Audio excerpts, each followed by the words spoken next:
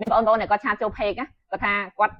បារម្ភច្រើនហើយភ័យមើលមេរៀនអត់ចាំទេហើយគាត់ត្រូវចិត្តប្រឡងពេលអញ្ចឹងគាត់សួរថាមានដំណោះស្រាយអីគាត់អត់តែប៉ិតដំណោះស្រាយមានដំបូងឡើងគឺយើងត្រូវសម្រួលអារម្មណ៍យើងសិនពីព្រោះកាលណាអារម្មណ៍របស់យើងច្បងច្បល់យើងមើលមេរៀនមើលអត់ចូលទេអញ្ចឹងតើយើងធ្វើមិនឲ្យអារម្មណ៍របស់យើងនឹងណូសិនដើម្បីឲ្យអារម្មណ៍របស់យើងនឹងណូបានក្នុងពេលប្រឡងជំហានដំបូងមុនពេលដែលយើងត្រៀមប្រឡងហ្នឹងណាបងប្អូនទាំងអស់គ្នាត្រូវមើលថាតើយើងប្រឡងមុខវិជ្ជាអីគេខ្លះហើយមានរយៈពេលប្រហែលថ្ងៃក្នុងការប្រឡងហ្នឹងមួយសប្តាហ៍ឬក៏មួយខែហើយក្នុងហ្នឹងមុខវិជ្ជារបស់យើងមានប្រហែលមុខយើងត្រូវធ្វើការបែងចែកមុខវិជ្ជាជាមួយនឹងចំនួនថ្ងៃប្រឡងរបស់យើងហ្នឹងឲ្យបានត្រឹមត្រូវដូចថាក្នុងមួយថ្ងៃយើងគួរតែលៃមើល2មុខវិជ្ជាឬក៏3មុខវិជ្ជាហើយក្នុងពេលដែលយើងមើលហ្នឹងបើសិនជា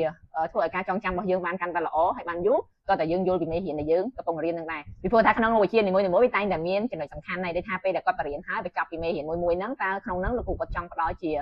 ចំណុចសំខាន់ណាមួយដែលធ្វើឲ្យយើងមានការចងចាំអញ្ចឹងយើងត្រូវយល់ពីចំណុចសំខាន់នៃមេរៀនទាំងអស់ហ្នឹងហើយយើងធ្វើការ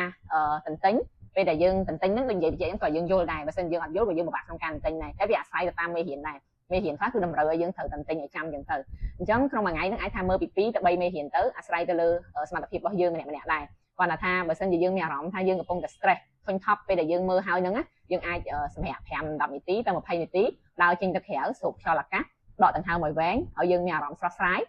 ដើម្បីធ្វើម៉េចឲ្យយើងអាចទិញមេរៀនផ្សេងៗទៀតចូលបានដោយងាយស្រួលហើយបើការជំនាន់ខ្ញុំហ្មងគឺខ្ញុំធ្លាប់ទៅរៀនជាក្រុមជាមួយមិត្តភ័ក្តិព្រោះពេលដែលយើងរៀនជាក្រុមយើងអាចប្រោះប្ដូរគំនិតគ្នាបានដែរវាធ្វើឲ្យយើងកាន់តែងាយស្រួលក្នុងការចងចាំទៀតតែខ្ញុំគិតថាត្រង់ចំណុចនេះវាអាស្រ័យទៅលើយើងម្នាក់ៗដែរព្រោះអ្នកខ្លះគាត់តតែរៀនម្នាក់ឯងគឺគាត់រៀនចូលអញ្ចឹងទៅអញ្ចឹងអ្នកខ្លះទៀតតតែរៀនជាក្រុមគឺគាត់រៀនចូលឲ្យឆាប់ចាំទៀតហើយក្នុងកំឡុងពេលចិត្តប្រឡងនេះបើសិនជាបងប្អូនទាំងអស់គ្នាចង់ឲ្យយើងមានការបដោតអារម្មណ៍ជាងមុនជំនួយដល់ការចងចាំជួយឲ្យប្រព័ន្ធឈាមរត់របស់យើងបានល្អបំបត្តិភាពភ័យខ្លាចតក់ស្លុតបងប្អូនទាំងអស់គ្នាអាចបន្ថែមជាមួយនឹងវីតាមីន Jingo Biloba នេះបានយើងញ៉ាំមួយថ្ងៃមួយគ្រាប់ជារៀងរាល់ថ្ងៃបន្ទាប់ពីអាហារដោយធ្វើការរំលាយនៅក្នុងទឹកជាចុងក្រោយសូមឲ្យបងប្អូនទាំងអស់គ្នាប្រឡងជាប់រៀងរាល់ការប្រឡងទាំងអស់